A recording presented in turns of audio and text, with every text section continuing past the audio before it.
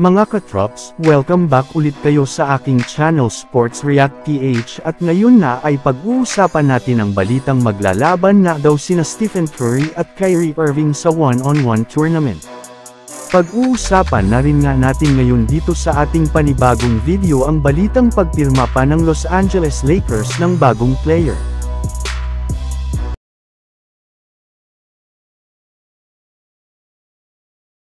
Simula lamang nga mga katrops, nang sabihin ni Kyrie Irving na willing siya na sumali sa one-on-one tournament kung idagdag ito ng All-Star Weekend ay may lumabas na ng balita ngayong araw na mas confident na nga ang liga na isakatuparan ito next year.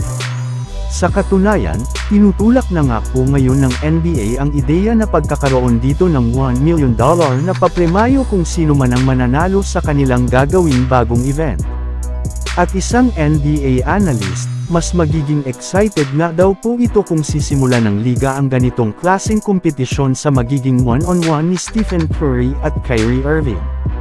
Willing na rin naman nga si Irving sa sumali sa one-on-one competition at sa parte naman ni Stephen Curry, since na hindi pumayag si Caitlin Clark na sa kanilang 3-point contest kasama sina Klay Thompson at Sabrina Ionescu ay possible nga kalabanan na lang niya si Irving sa isang one-on-one na siguradong papatok at aabangan talaga ng mga fans.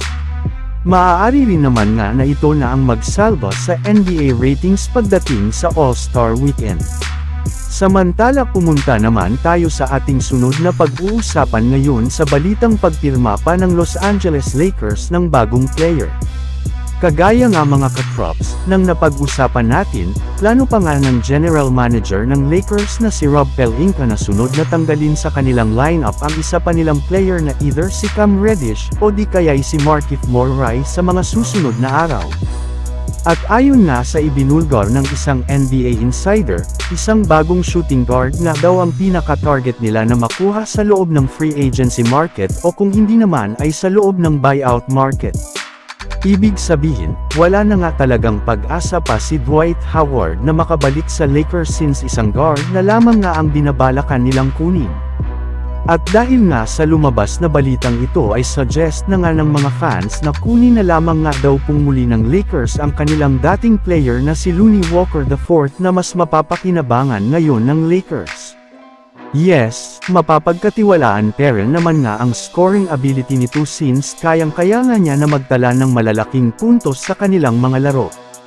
Kaya hindi nga talaga malabo na kunin siya ng Lakers kung sakaling man na magkaroon sila ng bakanteng pwesto sa kanilang kasalukuyang lineup.